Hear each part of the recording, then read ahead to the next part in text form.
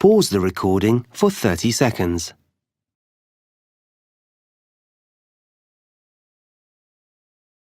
You will see that there is an example that has been done for you.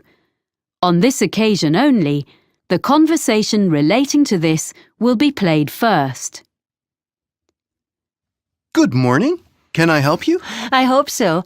I have a friend in Spain, and her 2 daughters are coming to the city to study for a month.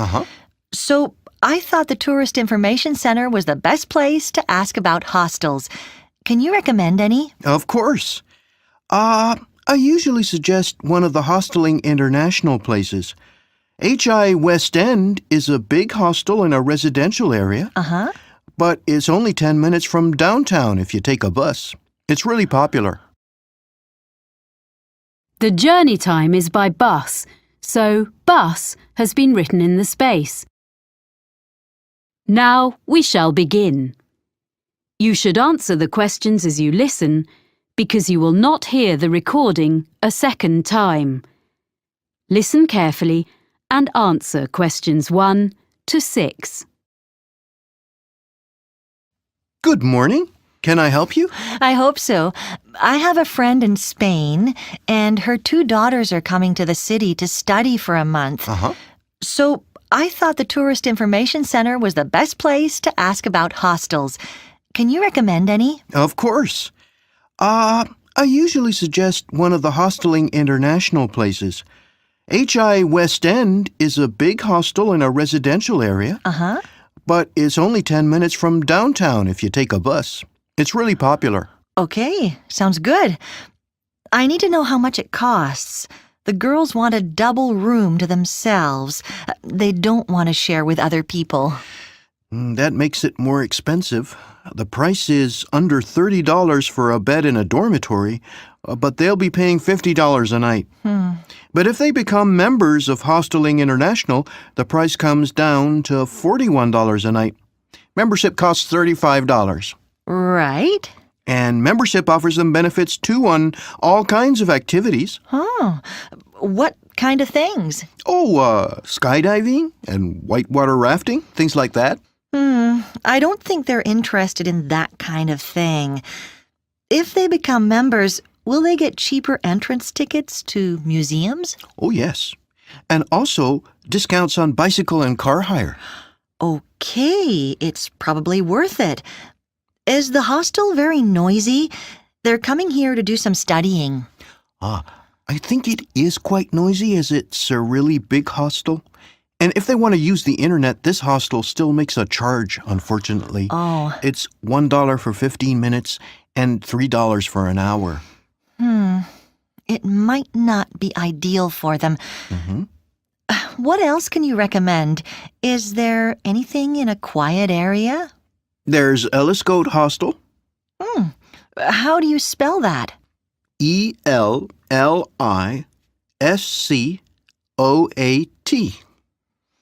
I've never heard that name before. And where is that? It's on the beach looking over the bay. Here, look on the map. Oh. It's quiet, but not far from Dragon Island. There's plenty going on there in the evening. Oh, that's a nice area. And if they want to go to Dragon Island, it only takes a couple of minutes to walk down to the ferry. So how much is a room there? It's in such a nice spot that the rooms are a bit more expensive. They're $62. Does that include any meals? Unfortunately not. It is possible to buy meals in the hostel at a reasonable price, but because it isn't very busy in the winter, they only cook in summer. Before you hear the rest of the conversation, you have some time to look at questions 7 to 10. Pause the recording for 30 seconds.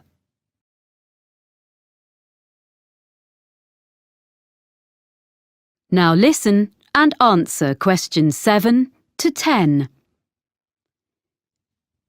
Oh, I think I know the place you mean. It's an old building, isn't it? Yes, it's well known as it's one of the oldest in the city. There's been a hotel there since 1887 when it was first built. It was turned into a hostel in 1985, and they've invested a lot of money restoring it inside. They'd like that. But I'm just looking on the map at where their college is. It's right in the center. It is a bit far for them from there. The hostel actually has scooters for hire at a very good price, so they could do that. It would be quicker than cycling or walking to the center. It is a bit expensive, but it sounds like the best one so far, unless there's something a bit cheaper. Okay, what about the backpackers hostel? That's not so expensive. It's in a side street in the entertainment district.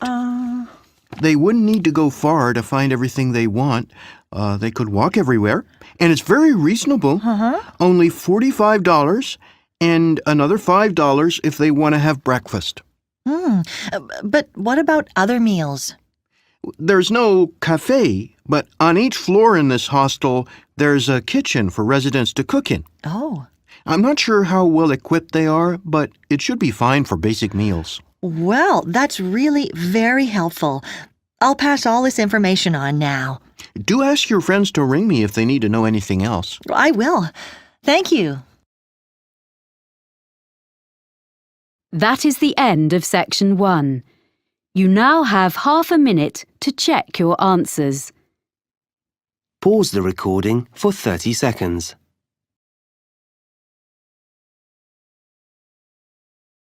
Now turn to section 2.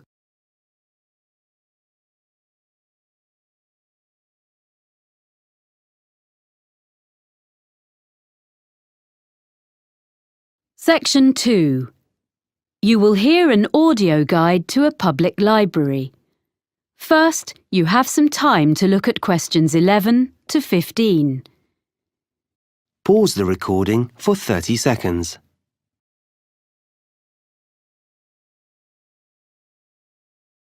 Now listen carefully and answer questions 11 to 15. Welcome to the Selmore Public Library, which has just been reopened after major refurbishment. This tour will introduce you to the building and its services. At any time you can stop the tour. We enter by the cafe, and our tour begins at the issue desk. If you stand between the information desk and the issue desk and look at the opposite wall, you will see shelves of books in the left-hand corner. This is where you will find a large number of novels and short stories. They are arranged alphabetically. If you are looking for something in particular, and it's not on the shelf, you can reserve it. The next area, directly opposite the issue desk, is a section where people can study. The library provides computers for users free of charge on the next floor, beside the reference books. But this area is for people to use their own laptops. You should ask for the Internet passcode at the information desk. In the right-hand corner of this floor, there is a cafe.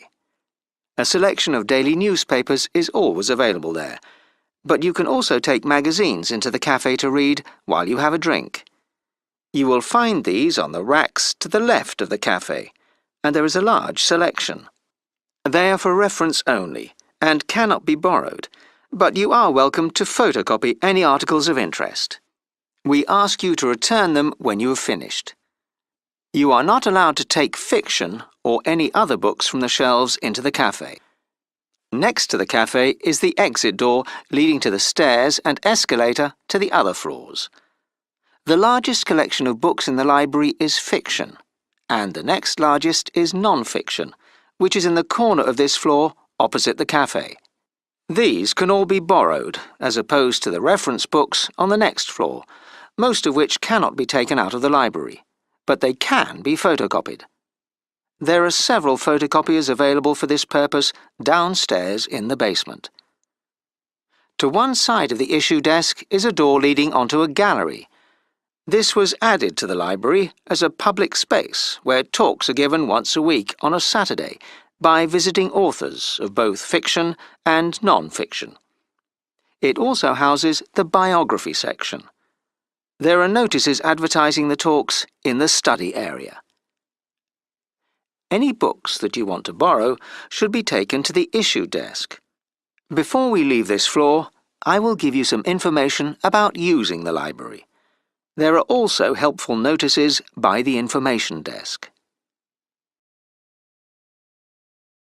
Before you hear the rest of the talk, you have some time to look at questions 16 to 20.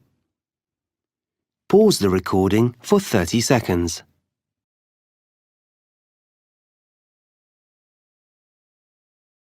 Now listen and answer questions 16 to 20.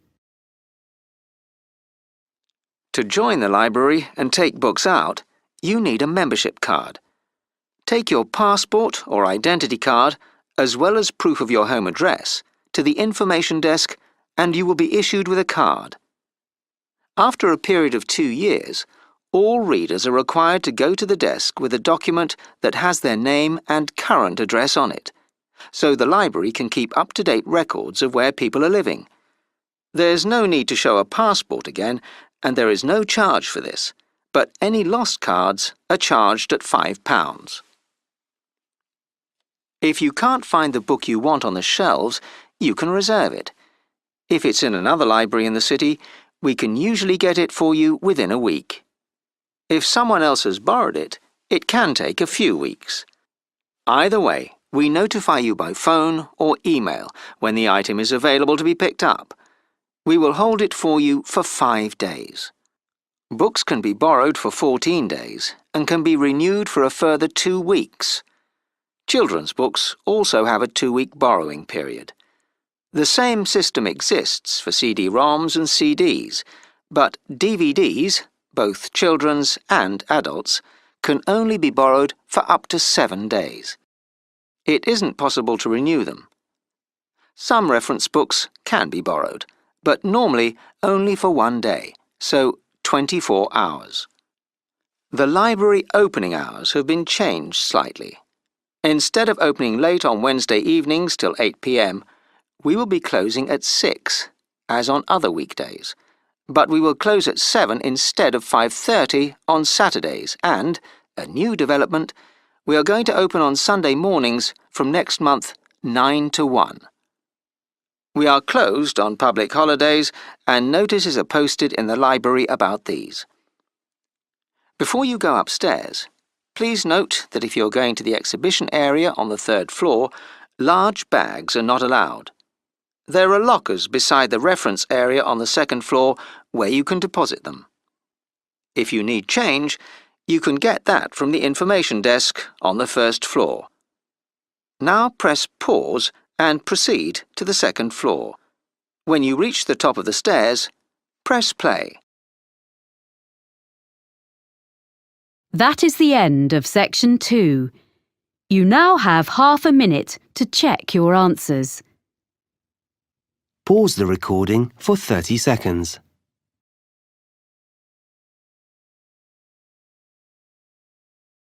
Now turn to section 3.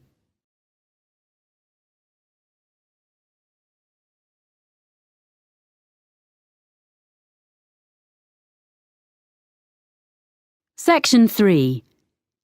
You will hear a university tutor talking to 2 students about a presentation they have made in a recent botany seminar. First, you have some time to look at questions 21 to 25. Pause the recording for 30 seconds.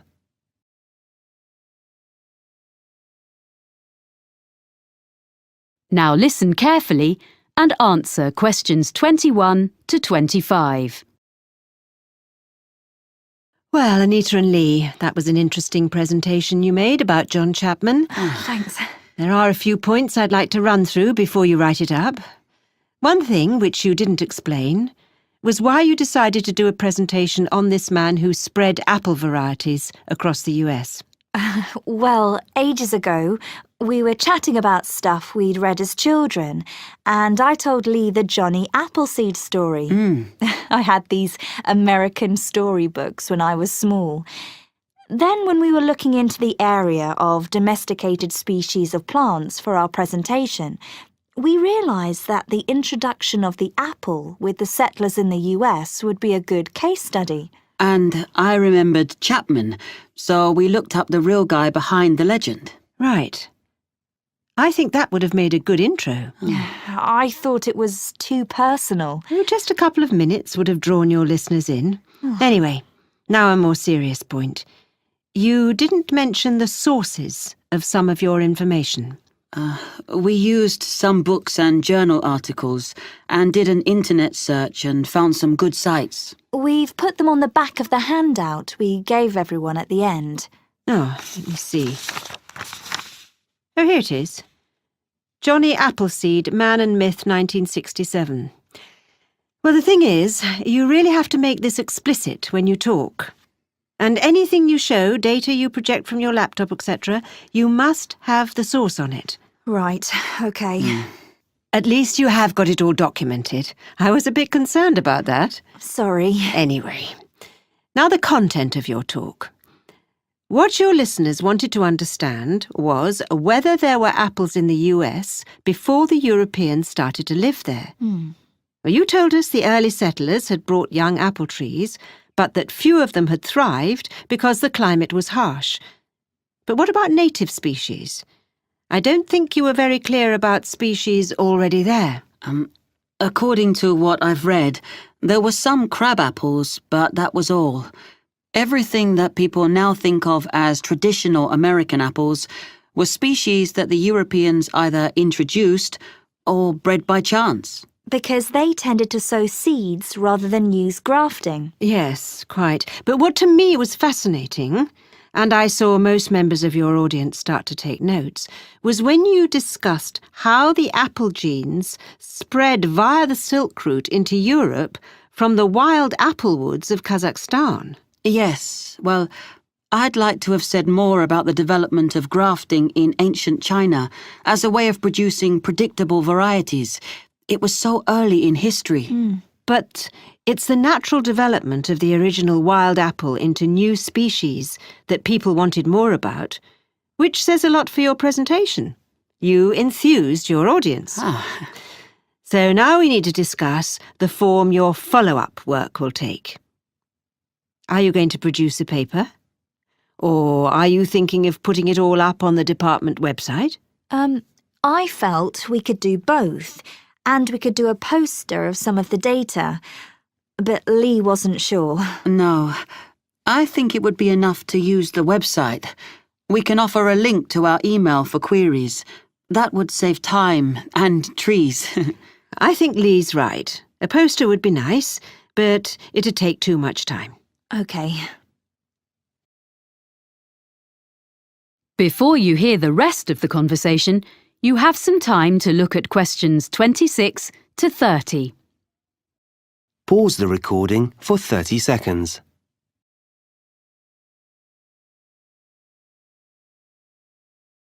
Now listen and answer questions 26 to 30. Now, I just want to give you a few pointers about the techniques of your presentation. Mostly, it was good. But there are a few things you need to bear in mind next time you do one. You both managed the hardware, I mean the projector and things, very well indeed, which is always a great help. Good. Oh, thanks. You'd obviously checked it out carefully. Yes. But unfortunately, we hadn't finished our maps when we did the practice on my computer at home. That's why there was some the wrong way up. We didn't realise the software on the laptop was a bit different from the one I have. But you sorted out the problem very quickly and didn't let it fluster you, so it wasn't a big problem. We could all read the map when we needed to. So it was okay, but we could have done better, we realise. There was a bit at the end where I felt something didn't go as you'd planned. Am I right? We had a few maps which we ended up leaving out because we needed to get on to our conclusions. Yes, it took longer to explain the technical aspects of grafting than we'd expected. So, sticking to the time limit for each part of our presentation is something we didn't manage at all. Which means we've definitely got to improve before we do another one. Yes. Apart from that, Well, the handout was perfectly adequate for a seminar like this. It gave all the key information, and, of course, now I realise the sources are listed at the back. But you need to do those references in the correct format, as footnotes, in future. OK. Yes, sorry, we will. And finally, other students will be presenting projects later in the course. I shall be reminding them how well you both spoke, and that no one had any problem hearing or understanding either of you. In that respect, your talk was a model that the others can follow. Thank you. Yes, thanks very much. This feedback has been very helpful. Well done, both of you. See you in a fortnight. Bye. Yes, thanks. That is the end of section 3. You now have half a minute to check your answers. Pause the recording for 30 seconds.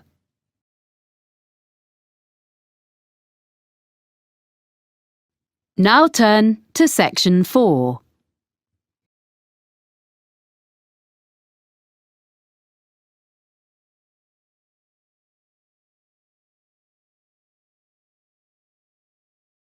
Section 4. You will hear a lecturer describing some investigations into the sense of taste. First, you have some time to look at questions 31 to 40. Pause the recording for 1 minute.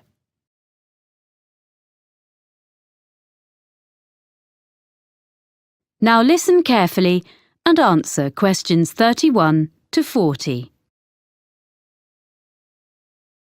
This morning, I'm going to describe for you a few of the kinds of experiments that have been used to investigate the sense of taste, which is now recognised as being a far more complex and important area of neurological science than was previously believed by most people. The results of some of these experiments can be quite fun, and I shall suggest that you may want to choose one or two to try out in groups before having a go at designing a new experimental procedure of your own and trying to pinpoint the cause of your findings. The first one concerns a marketing exercise by a soft drinks company. The green colour of some cans was altered by the addition of yellow, so they were a brighter green. Then, test subjects were asked what they thought about the flavour of the drink in the new style cans, and they stated that there was more lime in the drink if it was in the ones with the new colour. Now, this was because the brain picks up cues from the way the product is presented, as well as the product itself, which trigger taste sensations. Before food was packaged, humans used colour to gauge the ripeness of fruit, for example. Next, there's the old problem with chewing gum. Everyone knows that after a few minutes chewing, it loses its minty flavour. However, if you ask people to chew up to the point where it becomes tasteless, and then ask them to eat a little sugar and continue chewing, to most people's surprise, what happens is that the original mintiness actually returns, because it is the sweetness which is needed to make the mintiness perceptible. So, combinations of flavours can be significant, as the brain needs one of them in order to recognise the other. Another experiment demonstrates something we've all done. Drink half a fizzy drink straight from the fridge and then leave it at room temperature for a while. Take a sip and you may well decide you don't like it. The warm drink is too sweet to be refreshing. So, put the rest back in the fridge until it's chilled again. Now try it. Much better. Of course, the sweetness doesn't change. It is our perception, because how sweet it tastes depends on the temperature. The extent to which the drink is sweetened is less evident if the drink has been cooled. Another interesting result has been derived from experiments with sound. One of these involved eating crisps. Subjects were put into soundproof rooms and given batches of crisps to eat. As they ate, the sound of crunching which they made as they ate the crisps was played back to them. This was adjusted so that they sometimes heard the crunching as louder, or at other times more high-frequency sounds were audible in the sound feedback that accompanied their eating. Fascinatingly, if the sound level was louder or higher frequency, they reported that the crisps were actually fresher. Of course, the crisps were in fact the same every time. So, it was clear that the level and quality of what they were hearing was influencing their taste perceptions. So, we've looked briefly at colour, at complementary flavours, at temperature and sound. It seems that all the senses are working together here. But what about the sense of touch? A number of experiments have been done in this area. If you take, for instance, cheese sauce and prepare different versions, some thicker and some thinner, but without any alteration in the strength of flavour, what do you think the subjects perceive? Yep. If the sauce is thicker, they'll say the cheesy flavour is less strong. It was clear that the thing that was influencing the subject's judgment about the flavour of the sauces was the texture of each one. Now, this result is important for dietitians as well as marketing executives. Lastly, another variation on the two flavours theme. This concerns the capacity of the brain for bridging a sensory gap. The subjects in this experiment stuck out their tongues so that the testers could drip two liquids onto them simultaneously, one strawberry flavoured and one sugar flavoured. The testers then took away each flavour in turn. When the sweetness was taken away, the subjects reported they could hardly taste anything. But they continued to think they could taste strawberry even after it was taken away. So that taste gap was filled. Well, that's just a quick look at some of the examples in the current literature. The references will be in the handouts you'll get at the end of the session. Now, let's see about trying a few of them for ourselves. That is the end of section 4. You now have half a minute to check your answers.